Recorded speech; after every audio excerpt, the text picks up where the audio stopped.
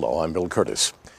2,123 children were murdered in 1996. JonBenet Ramsey was one of the last. Hers was the most publicized homicide of the year, one of the most watched investigations of all time. Every piece of evidence is on the internet. In 6 books and countless talk shows, every possible scenario has been examined. But what went wrong in the investigation into the murder of the little girl who lived in this house?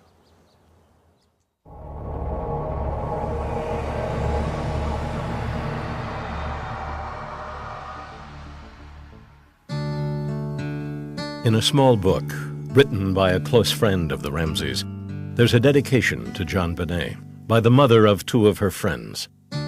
It begins, "We miss your silly smile and grass-stained knees, your flag dance routines, the way you loved fireworks, playing on the swing set, picking blueberries by the driveway."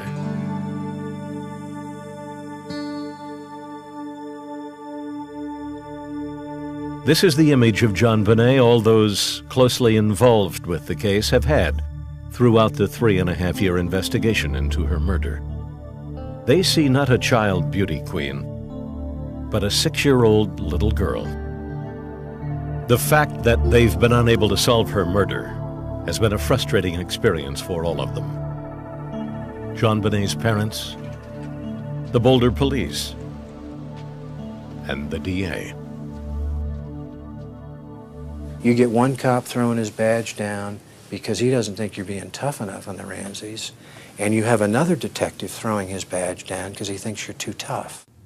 I don't think it was personal. I think it was just that they decided that the parents had done it, and then the longer they stayed on that course, the harder it was for them to back up and say, gee, maybe we should look somewhere else. You know? Ironically, they have all contributed in some way to what went wrong in the investigation. When we looked at the Ramsey case, we found a series of conflicts and missteps that still have not been resolved.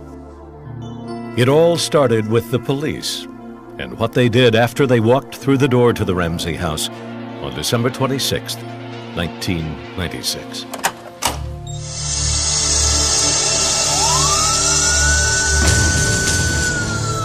The 911 call comes in at 5:52 a.m. A child has been kidnapped. 911, what's your emergency? What will become one of the most notorious ransom notes of all time has been found on steps inside the house. The first question has always been, is the FBI, with its expertise in kidnapping cases, called in? We were told the FBI was on its way and it would be a couple hours, and of course they never came. The Boulder police would only talk to us off camera. But retired FBI agent Ron Walker says the FBI is called in. He gets the call at 9:30 a.m. and immediately sets things in motion, sending agents to the police station to set up a command center, putting traps and traces on the Ramsey phones. When Walker, a former FBI profiler, looks at the ransom note, he makes a prediction. Just the content of the note, the length of the note, some of the specific references in the note itself caused me to form an opinion that kidnapping was probably not the underlying motive in this particular crime. My belief was that the child would ultimately be recovered as a homicide victim. Back at the house, Boulder officers do a search. There's a problem with the door to one of the basement rooms. They try the knob, but it's stuck. So they leave without ever seeing what's behind it. On the other side, not 5 feet away from them, is JonBenet's body. Upstairs, the house is filling up with the Ramseys' friends. Friends who can contaminate a crime scene. By 2 p.m., when Walker arrives at the house, John Ramsey has found JonBenet's body. It doesn't make sense. It's as if two crimes have collided inside the house, a kidnapping and a murder. Why would someone kidnap a little girl, leave a ransom note, and then kill her and leave her body in the house before the kidnapping could take place? The FBI has never seen anything like it. Kidnappers leave ransom notes. I can't fathom a reason of why an individual like that would leave a ransom note, unless the intent ultimately was also to remove the victim from the location and demand a ransom for that person. But that is not something that, in my experience, is very prevalent. In fact, I've never seen that. The Ramseys say a sexual predator killed their daughter. Why would a sexual predator kidnap a little girl for ransom? This is a deranged person. This is not a person that thinks logically or normally. When people say, well, yeah, but that isn't logical. Nothing is logical in this tragedy. In many ways, this was the perfect murder. Whether it started out that way or was complicated by the investigation. Solving a case, you need physical evidence, crime scene, witness statement, and of course, a little bit of luck. Unless you have that four elements, the case doesn't matter how hard you're working on. You don't see the result. There were no witnesses. There was no experienced crime scene analyst at the scene, and almost 4 years after the crime, no luck in finding the killer. And so far the evidence, though there are more than 1,200 pieces tested, hasn't been strong enough to point the finger at anyone. It all comes down to two schools of thought. The Ramseys did it, and the evidence can't be linked to them because they live in the house, and their hair, fibers from their clothes, their DNA, their fingerprints are everywhere. Or it was an intruder. But without a forensic expert to help them collect evidence at the scene, the Boulder police contaminated or missed what that intruder left. Were you called to the Ramsey house? No, we were not called to the Ramsey house in the initial stages, no. Can you render a judgment in the JonBenet case on how the evidence was collected? I'd rather not go there. I can tell you that you know, the people that were there collecting the evidence did a good job, you know, from our standpoint, but as far as any specifics.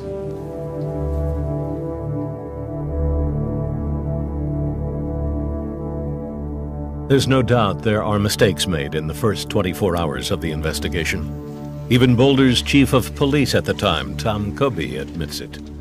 It is accurate to say that if we had it to do all over again, we would do it differently. It is also accurate to say that we responded well to what we thought we were confronted with. But the key to where the investigation goes wrong is unquestionably what happens once the kidnapping turns out to be a homicide. And by law, the FBI is no longer in charge. For the first time, Ron Walker explains what happened. I offered at that point any and all FBI resources that were available to assist the Boulder police in their investigation. And that offer was declined.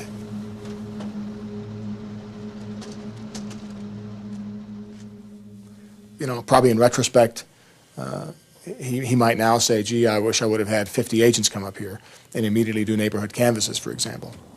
It's a gutsy move for the Boulder police, with its lean track record of 16 homicides in 10 years.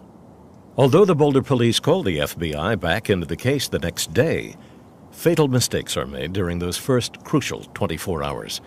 Neighbors aren't questioned, searches aren't done, and the key witnesses aren't in. Although the Boulder police called the FBI back into the case the next day, fatal mistakes are made during those first crucial 24 hours. Neighbors aren't questioned, searches aren't done, and the key witnesses aren't interviewed. Was the family interviewed after the body was found? Were we interviewing John and Patsy? No, we wouldn't. We weren't. That would, have been totally unreasonable at that point in time. Okay. What was the family interviewed after the body was found? Were we interviewing John and Patsy? No, we wouldn't. We weren't. That would have been totally unreasonable at that point in time. 1 Okay. Walker disagrees. He says the parents should have been interviewed. The parents or the folks that are going to be interviewed have to be made to understood that although this is a very traumatic event for them to have been involved, they have to try to put a little bit of that aside and sit down, if just briefly, and try to recount the events as they recall them to the investigator. We've been told that what should have happened that morning is, instead of being told just to leave the house and hang around for a few days, we should have been taken immediately to the police department, interviewed separately. That would have protected us and our rights as much as anything. That wasn't done. Mm-hmm.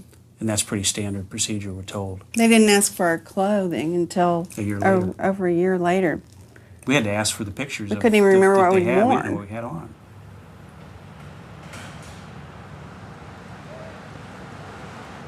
Some experts who call to offer help and are refused say the real problem is that the people in charge are old-school cops fighting an old-fashioned turf war. There were a couple of very difficult customers to deal with who made decisions early about who done it. And because they were inexperienced, neither one of them ever having worked a homicide case, and because they were in charge, basically, it was a rough period of time. As if that isn't enough to make this case complicated, there's one more unexpected element. The parents aren't about to just sit by and do whatever the police tell them to do. The war between the Ramseys and the police starts 2 days after JonBenet's body is found. And soon the DA's office will get involved. From then on, the investigation will revolve around that awkward triangle. No one has ever seen anything like it. December 28, 1996. The investigation into JonBenet Ramsey's death is only 2 days old, and it's already in trouble. The Ramseys hold a memorial service for JonBenet at their Boulder church. I was as near to death as I think I could possibly be and still be alive. You can't function. I mean,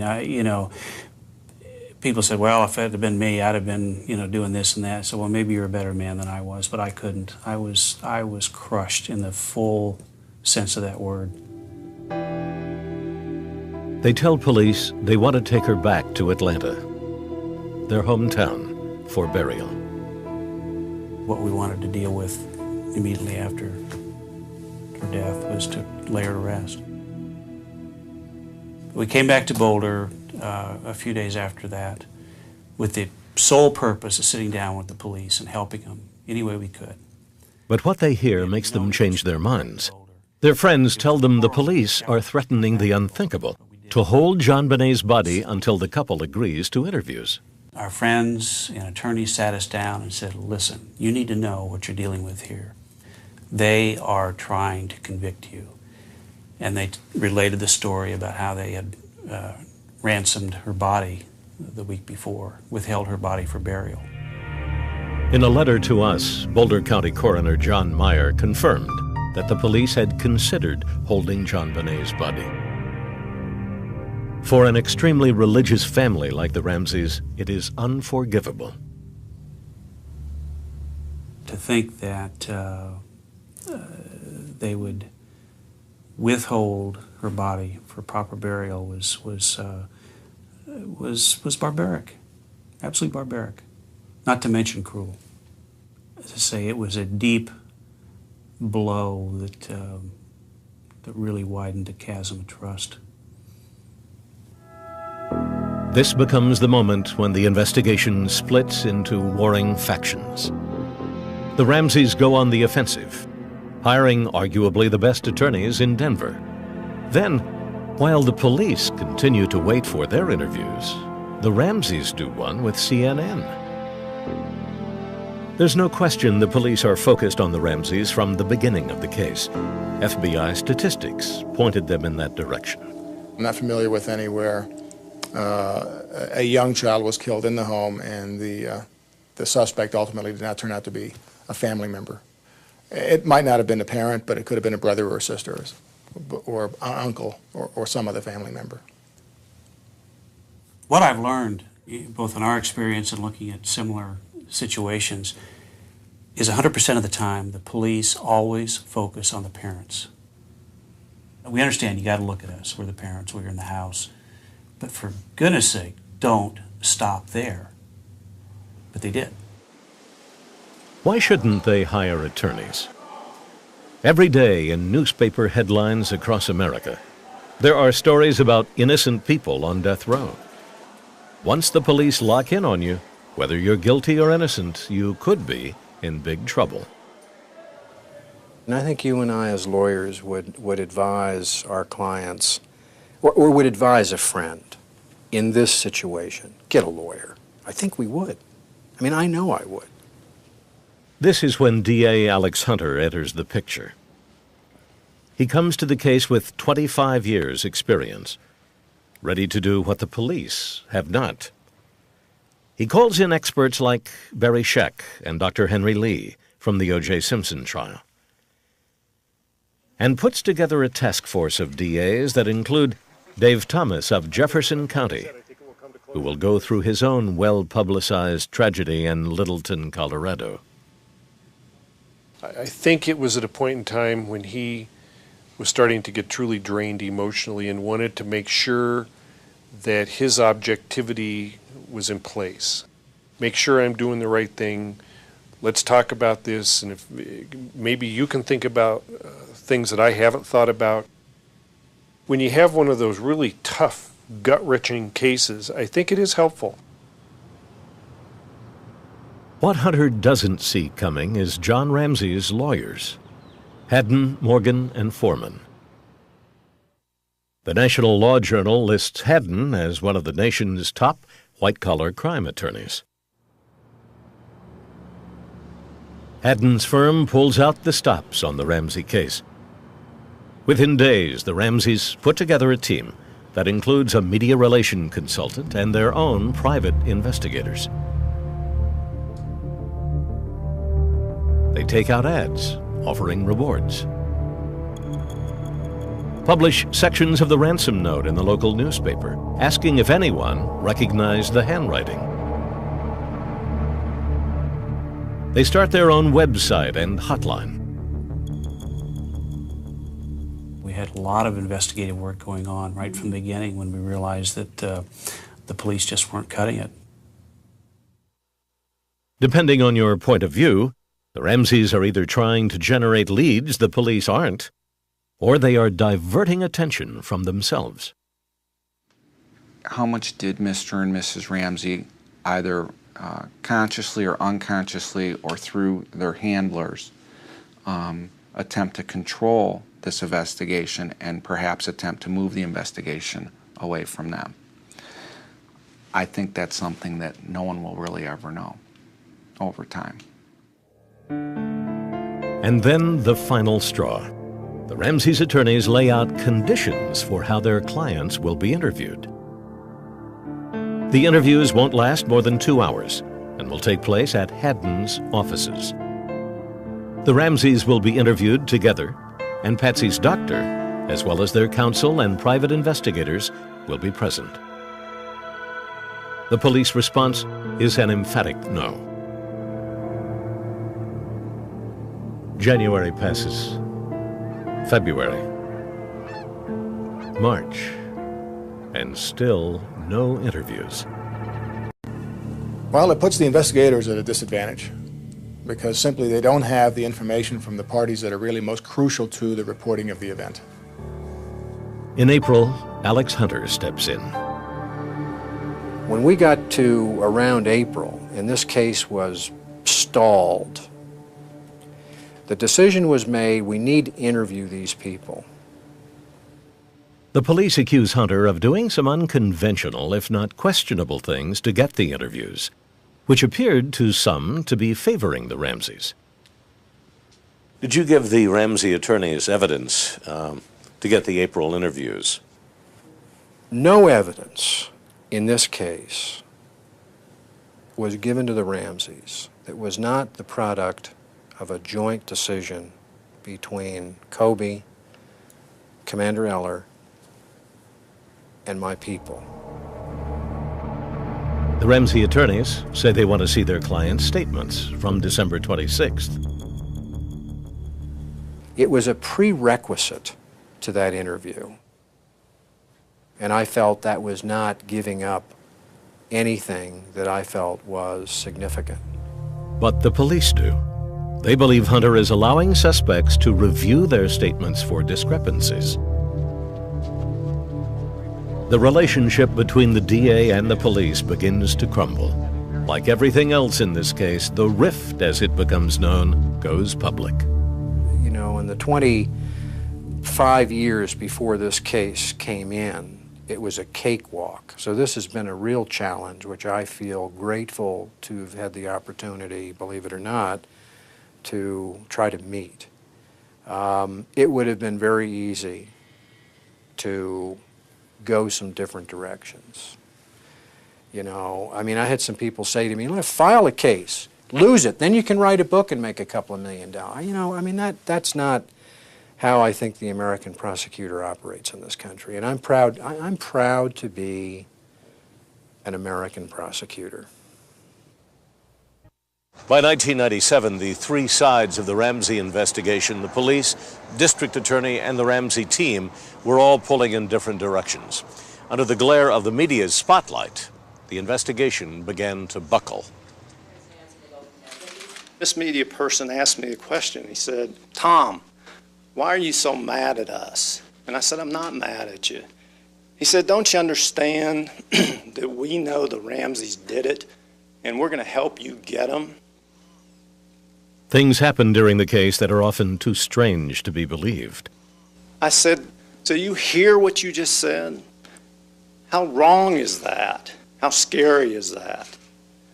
How in violation of everything that you're supposed to believe in is that? The police and the DA are granting hundreds of media interviews to just about any reporters who ask. Just so I bring it up, you know, I spent a good deal of time with Globe reporters. I'd never read a tabloid before this case. But, you know, your viewers need to understand the Globe had $1 million reward in this case. They were getting leads that the cops weren't getting and that I wasn't getting. The Ramseys and the police seem to be waiting each other out. You said that you waited and never had any word from the police about what was happening. 90 days passed without any word. Why didn't you call them? We did. A couple of times I called in the summer of '97. I mean, we were hearing nothing. Wouldn't you think that the parents should be updated every once in a while as to what's happening on their child's murder investigation? It has become a case study in a homicide investigation gone wrong. There are now 3 investigations going on. One by the police, the DA, and the Ramseys. And none of the people involved are talking to each other. I wouldn't necessarily say it's the most complicated case I've seen. It certainly is complicated because, you know, of all of the different players that you had in this thing that sometimes appeared to be at odds with one another when the common goal should have been just to investigate the case properly and, as I said, make sure that justice is served. It's an extraordinary time that leads to unprecedented actions.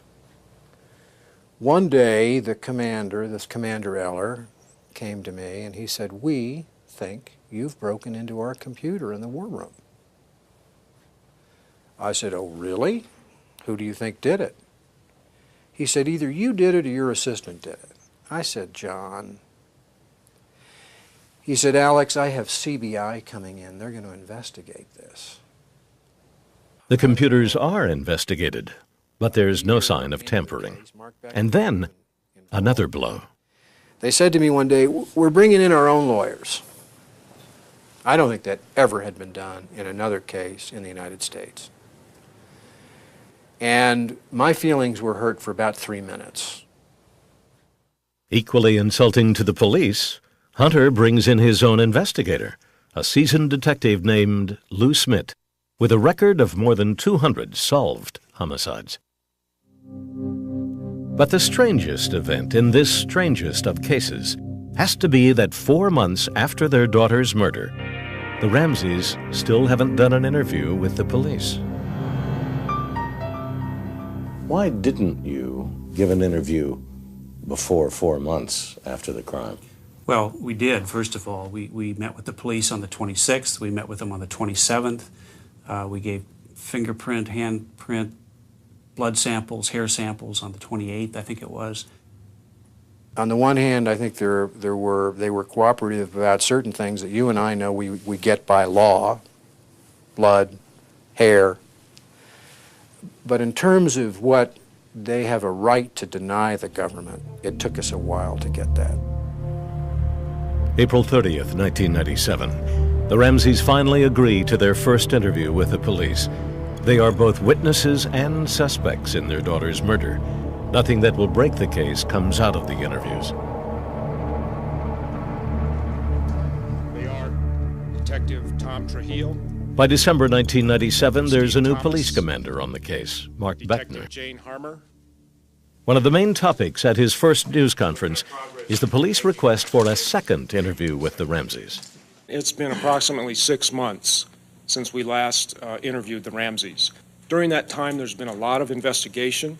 We've uncovered a lot of new information. We have a lot of new questions, and they can help us answer those questions. They have indicated every willingness to cooperate and have done so during my 9 weeks anyways, and so I expect that we'll get that done in the near future. But it won't happen. It will be 3 years before the Ramseys and police talk again. They will do 2 subsequent interviews with the DA. Their only stipulation, to which the DA agrees, is that the police are not involved. The relationship between the DA and the police will improve with Mark Beckner in charge. I think what is unacceptable is that it took us that long to get it back, and we lost some ground, and that's too bad. I'm not sure the case was compromised. I don't think it was, but we lost time. But if the DA and the police eventually do get back on track, there will never be a ceasefire with the Ramseys.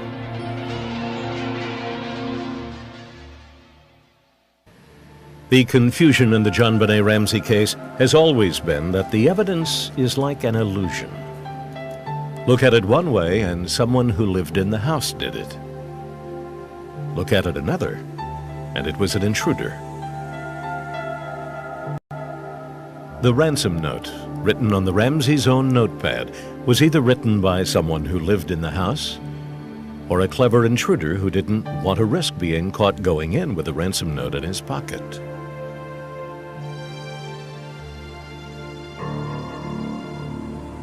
The DNA found under JonBenet's fingernails and in her underpants either belongs to an intruder or is a mixture of her blood and something else. For example, if you found a blood stain on the walkway, we cannot guarantee 10 minutes before this case, somebody spit on the same spot. Subsequently, the blood stain deposited on that area. You're going to have a mixture. We really don't know when that DNA was deposited. In August 1998, police investigator Steve Thomas is so sure the Ramseys are guilty, he resigns from the force. A month later, Lou Smith, the DA's investigator, is so sure they're innocent, he resigns.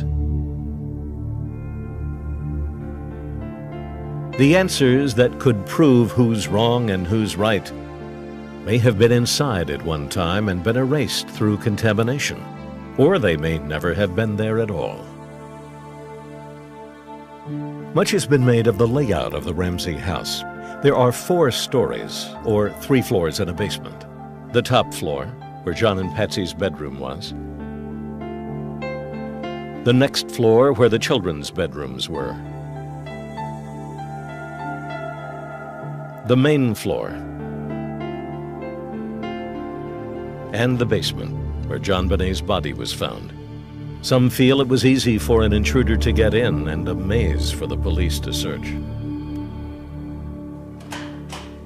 Dave Williams, a Ramsey private investigator, agreed to take me inside to see how an intruder could have gotten in and killed JonBenet.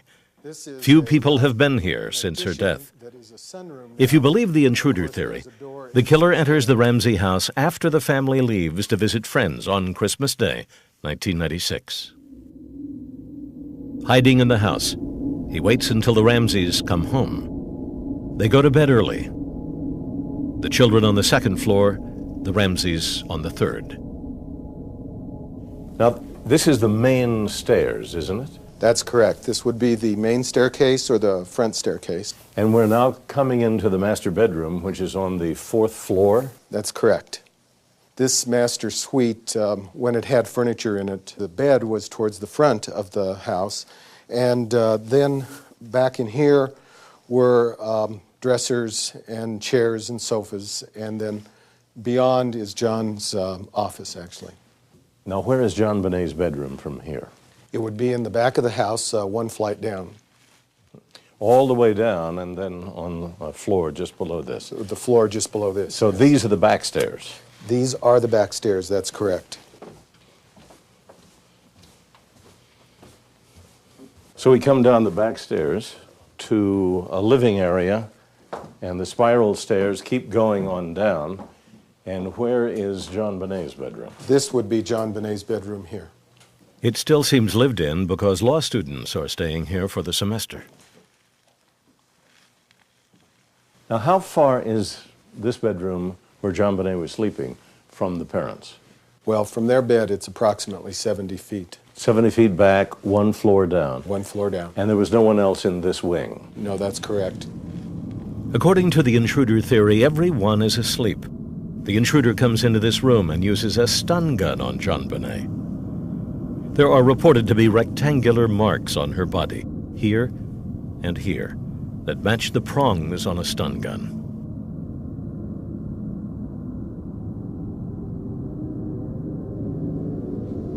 The intruder takes JonBenet down the spiral steps leading from her bedroom.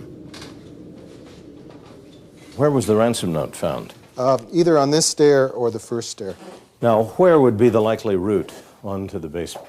Well, it would be one of two ways, either through the kitchen or this way through what we call the butler's pantry. So you have to drop down an additional half story to get to this level of the house. You pass a door. Why couldn't or wouldn't somebody just walk out? This may have never really been a kidnapping. They did not want to go outside. They were making their way to the basement.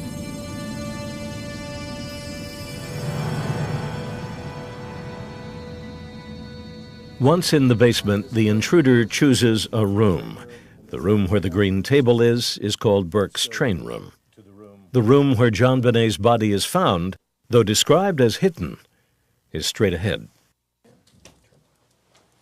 Is there a light? Right up against this edge. Now, Dave, where was the body found? It would have been in the center back in the room. Investigator Lou Smith says there's evidence of an intruder, including a pubic hair found in this room on JonBenet's blanket, DNA on her body, a footprint, and handprint. There is the mold that we hear about, where I believe a footprint was found. And where was the palm print found? The palm print, it is our understanding, was found on the interior of this door. The belief is, while it's an easy house to get into, the intruder came through this basement window. This is the window in question. This first one, it's larger than I had thought and lower, actually, to the basement. So when it opens, why, it's quite a large entry and exit. That's correct. In your opinion, what is the strongest piece of evidence in this case? Well, as far as the intruder theory goes, it would have to be the evidence in and around this basement window. Evidence, Williams says, that the grate was moved and barks and twigs cleared from the center window where the intruder entered the house.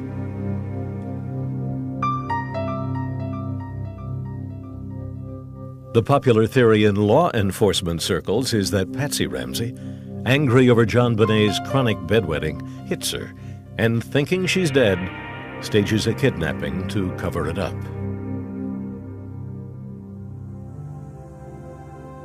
The problem with the Ramseys as suspects is that they don't seem to fit the profile of parents who killed their children.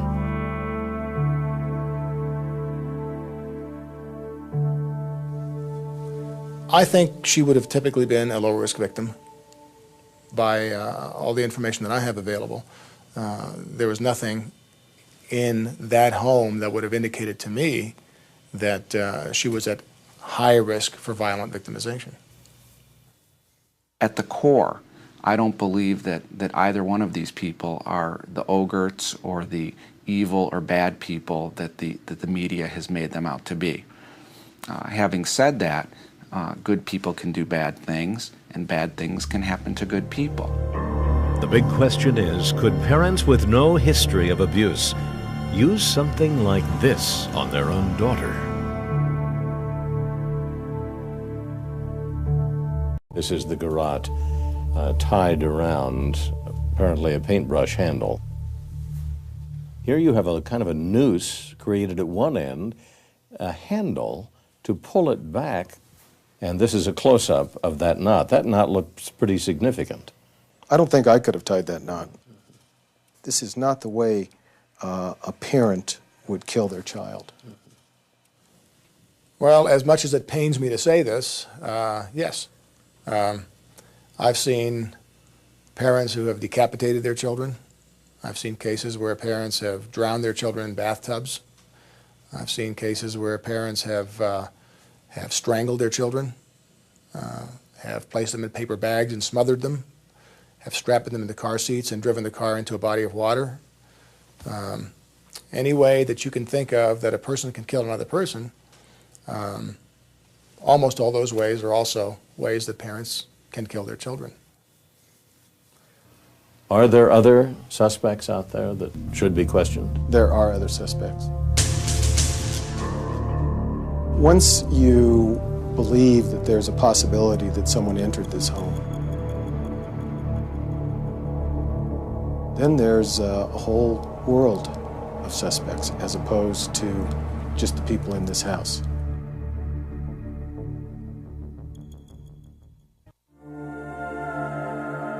In the end, all the key players will have to take some responsibility for what happens to this investigation.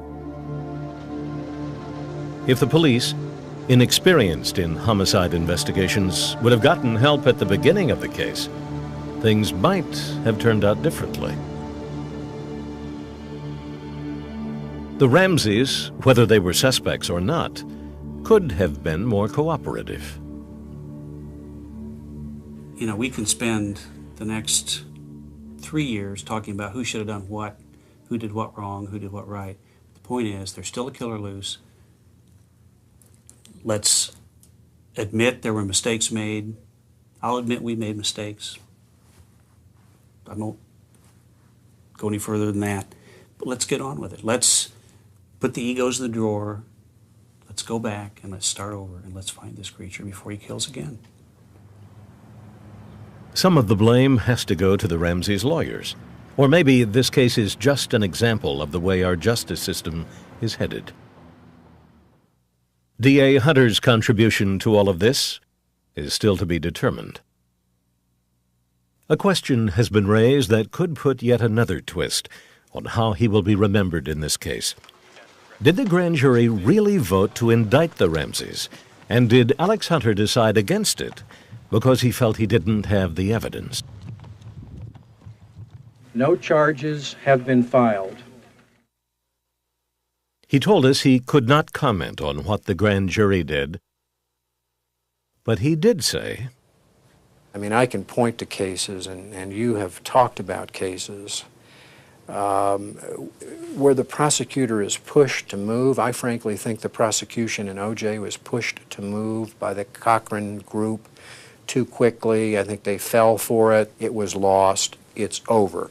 And I don't think that's what this little girl wants me to do. When I try to look through her eyes, that is not what she wants me to do, and I am not going to give into the crowd, if you will. I'm just not going to do that. And the media will have to take its share of the blame. Is it our team against their team and you've got a better team? Well, what I've learned is that there's no end to the vulgarity of journalism. Have you got a team to go against the Ramseys? I think journalists report the news that people want to see and hear. But a great disappointment is the fact that in view of all of the media attention paid and all the voyeuristic attention on the part of the public paid to it, in there is lost the real idea that a little girl was killed, and the investigation was impacted really to some extent by all of this undue attention paid to it. We believe that America has lost the concept of presumption of innocence. We've been tasked with proving that we're innocent, and that shouldn't be. The Ramseys are scheduled to meet with the Boulder police for the first time in 3 years in August 2000. Chief Beckner has made some changes in the Boulder Police Department. He's added a crime scene processing unit, and police officers now carry a check sheet on what to do when a child is reported missing. The Ramseys have not been inside their Boulder home since JonBenet's body was found. The house is on the market. In the blink of an eye, someone came into our home, not only killed our child, but killed everything that we had built and worked hard for to prepare for the future. It took a lot of people down with it. What have you learned from the case? There is a dynamic that develops.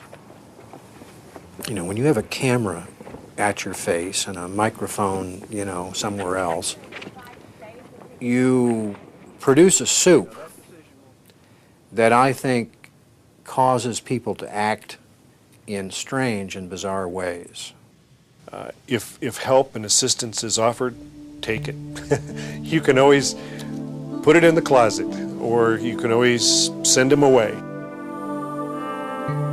You know, I think all of us who are committed to this case hope that the person or people who perpetrated this offense, you know, some people find this cruel, but I hope it does eat at them, because I want people to come forward and say, I'm responsible and you know, I need to be accountable for what I did, because the murder of a little girl should haunt people.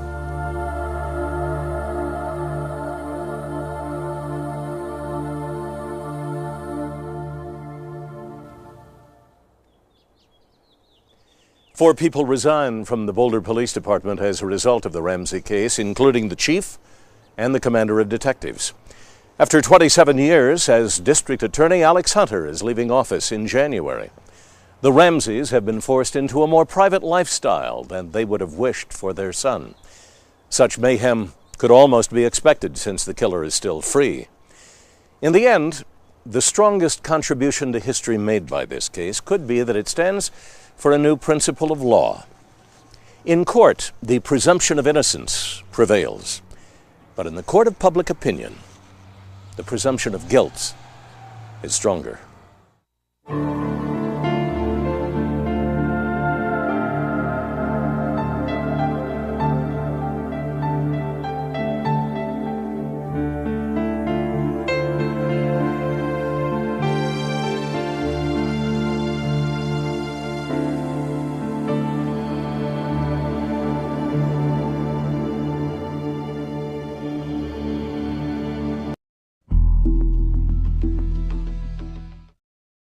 straight out to Jean Casares with In Session. Jean, the case is reopened. That's right. The district attorney that just took office a few days ago is actually handing it back to the police department. They will convene a task force to look at basics, police notes from way in the beginning, to discover and try to find out who killed JonBenet Ramsey. But I think, Nancy, the revelation here, I think, comes from new DNA evidence uncovered mid-year last year. And what DNA evidence are you let's referring talk to about specifically? 1997, they did find DNA in the panties of JonBenet Ramsey, an undisclosed male DNA. That was thought it could have been the person that put the panties together in China. But last year, nuclear DNA testing of touch DNA testing was done and found DNA on the side of the long johns, on both sides, that was identical to the DNA in the panties. You are seeing new photos we have just obtained of JonBenet Ramsey and the crime scene. To Rupa Michelini, our producer on the case. What can you tell me, Rupa? About the evidence, Nancy, you're talking about these photos, for example. There's a lot going on in this case, and this is what's so frustrating to prosecutors as well as the police department. As you know, they made an announcement today. They will be working jointly, formulating a task force of about 20 people that will be revisiting all of the evidence, all of the records in the case. There is some chance also that now with newly available technology, they will be able to revisit actual evidence that they weren't able to process before, and maybe look at it and find new evidence from this current evidence in the evidence room. To Cheryl McCollum, crime analyst and director of a cold case squad. Cheryl, the killer felt so at home in the Ramsey home, she wrote, I believe, a 5-page ransom note claiming to take the child away, wrote a practice note as well. Come on, it was written with, let's see, Patsy Ramsey Sharpie on Patsy Ramsey's notepad. The pen was put back on her desk. And then the so-called kidnapper says, you know what, to heck with all the money, I'll just kill her here and leave her body. Right, all in the same house. And this killer felt so at home on Christmas Eve, he went up and down the steps, stayed in the home a while, went and found the pen, went and got her blanket, went and got a toy.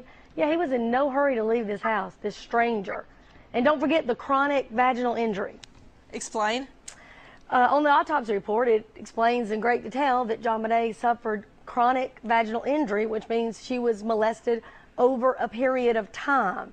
So again, this stranger would have to have access to her and then, harm her sexually and then come in the house and kill her at another time.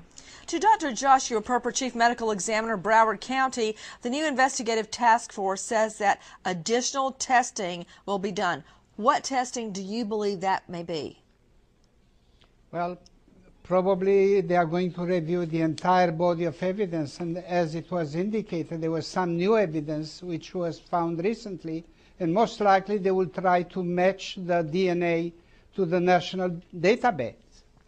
To Jean Casares with In Session, why have the police decided now to take the case back? Well, I think the DA's office is giving it back to the police department. Remember, 2002, the DA's office took over the investigation because the police department was amid with controversy about how they had handled this case. Now it's going back to where they believe it should be. You know, Nancy, when I was in Colorado in 2006, the Colorado Bureau of Investigation told me that they had tested more items for DNA from this case than in the history of the Colorado Bureau of Investigation as to any other case in Colorado. Jane, have they any new theories? Well, I don't think they have new theories, but they have new DNA techniques, and I think that is going to be central to this case. But can we only say this is a DNA case now, or can we still say that other evidence will lead to cues to find the killer?